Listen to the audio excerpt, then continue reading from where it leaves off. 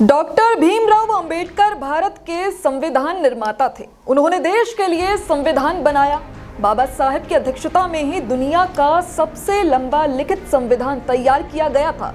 14 अप्रैल 1891 को इनका जन्म एक गरीब और दलित परिवार में हुआ। इस साल बाबा साहेब की 133वीं जयंती मनाई जा रही है। दलित परिवार में जन्म लेने की वजह से बाबा साहेब अंबेडकर को बचपन से ही जाति को लेकर भेदभाव का सामना करना पड़ा, लेकिन सशक्त शिक्षा के बल पर उन्होंने जाति के बंधन को कमजोर कर दिया। उन्होंने स्वयं तो शिक्षा हासिल की ही, साथ ही दलित, वंचितों, मजदूरों और महिलाओं के साथ हो रहे अन्याय के खिलाफ खड़े होकर लंबी लड़ाई भी लड़ी। बाबा साहेब भीमराव अंबेडकर के अनमोल विचारों से सफल होने और मजबूत बनने की प्रेरणा मिलती है। आप भी उनके विचारों को जीवन में अमल करके अपने जीवन को बेहतर बना सकते हैं। आज भीमराव अंबेडकर की जयंती पर जानते हैं उनके प्रेरणादायक और अनमोल विचारों के बारे में। मैं उस धर्म को पसंद करता हूँ जो स्वतंत्रता, समानता और भाईचारा सिखाता है। धर्म मनुष्य के लिए है, मनुष्य धर्म के लिए नहीं। बुद्धि का विकास मानव के अस्तित्व का अंतिम लक्ष्य होना चाहिए। छीने हुए अधिकार भीख में नहीं मिलते, अधिकार वसूल करना होता है।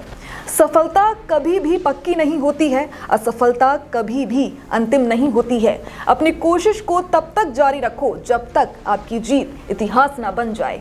ज्ञान का विकास ही मनुष्य का अंतिम लक्ष्य होना चाहिए। अगर आप में गलत को गलत कहने की क्षमता नहीं है तो आपकी प्रतिभा व्यर्थ है। शिक्षित बनो, संगठित रहो, संघर्ष करो। मंदिर जाने वाले लोगों की लंबी कतारें जिस दिन पुस्तकालय की ओर बढ़ेंगी, उस दिन इस देश को महाशक्ति बनने से कोई नहीं रोक सकता। चलिए अब जिक्र करते हैं अंबेडकर जी से जुड़ी उन 10 बातों की जो आप सभी को पता होनी चाहिए। साल 1947 में भारत को आज़ादी मिलने के बाद BR अंबेडकर देश के पहले कानून मंत्री बने थे। अपने कार्यालय के दौरान उन्होंने सामाजिक और आर्थिक मुद्दों के समाधान के लिए विभिन्न कानूनों और सुधारों का मसौदा तैयार करने में महत्वपूर्ण भूमिका निभाई। 29 अगस्त 1947 को डॉक्टर अंबेडकर को संविधान सभा की ड्राफ्टिंग कमेटी के अध्यक्ष के रूप में नियुक्त किया गया था। इस समिति को नए संविधान का मसौदा तैयार करने के लिए जिम्मेदारी दी थी। अंबेडकर जी का असल सरनेम अंबावडेकर था, जो कि महाराष्ट्र के रत्नागिरी जिले में उनके पैतृक गांव अंबावड़े के नाम से लिया गया। हालांकि उनके शिक्षक महादेव अंबेडकर ने स्कूल रिकॉर्ड में उनका उपनाम अंबावडेकर से बदलकर अपना उपनाम अंबेडकर कर लिया था, क्योंकि वो उनसे बहुत प्यार करते थे। अंबेडकर जी ने देश में लेबर कानून से जुड़ी कई बड़े बदलाव किए थे। इसके तहत उन्होंने साल 1942 में भारतीय श्रम सम्मेलन में 7वें सत्र में काम के घंटों में बदलाव करते हुए इसे 12 से 8 घंटे तक लाया था। बाबा साहेब न सिर्फ विदेश में इकोनॉमिक्स में डॉक्टरेट की डिग्री हासिल करने वाले पहले भारतीय थे, बल्कि वो इकोनॉमिक्स में पहले PhD और दक्षिण एशिया में इकोनॉमिक्स में पहले डबल डॉक्टरेट होल्डर भी थे। वो अपनी पीढ़ी के सबसे ज्यादा शिक्षित भारतीयों में से भी थे। उन्होंने संसद में हिंदू कोड बिल के लिए बहुत जोर दिया। इस विधेयक का उद्देश्य विवाह और विरासत के मामलों में महिलाओं को समान अधिकार देना था।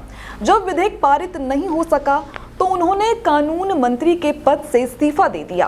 कोलंबिया विश्वविद्यालय में अपने 3 वर्षों के दौरान अंबेडकर ने इकोनॉमिक्स में 29 कोर्सेज, इतिहास में 11, सोशियोलॉजी में 6, फिलॉसफी में 5, ह्यूमैनिटी में 4, राजनीति में 3 और प्रारंभिक फ्रेंच और जर्मन में एक पाठ्यक्रम लिया था। अपनी बुक 1995 में प्रकाशित थॉट्स ऑन लिंग्विस्टिक स्टेट्स में अंबेडकर ने ही सबसे पहले मध्य प्रदेश और बिहार को विभाजित करने का सुझाव दिया था। बाद में इस बुक को लिखने के लगभग 45 साल बाद अनंता साल 2000 में बिहार से झारखंड और मध्य प्रदेश से छत्तीसगढ़ का विभाजन हुआ। डॉक्टर बाबा साहेब अंबेडकर 64 विषयों में मास्टर थे। उन्हें हिंदी, पाली, संस्कृत, अंग्रेजी, फ्रेंच, जर्मन, मराठी, फारसी और गुजराती जैसी 9 भाषाओं का ज्ञान था। इसके अलावा उन्होंने लगभग 21 वर्षों तक विश्व के सभी धर्मों का तुलनात्मक अध्ययन किया। डॉक्टर BR अंबेडकर पहले व्यक्ति थे जिन्होंने भगवान बुद्ध की खुली आंखों वाली पेंटिंग बनाई थी। उससे पहले दुनिया भर में अधिकतर सभी मूर्तियों की आंखें बंद थी। बताते चले कि डॉक्टर भीमराव अंबेडकर को साल 1990 में देश के सर्वोच्च सम्मान भारत रत्न से सम्मानित किया गया था।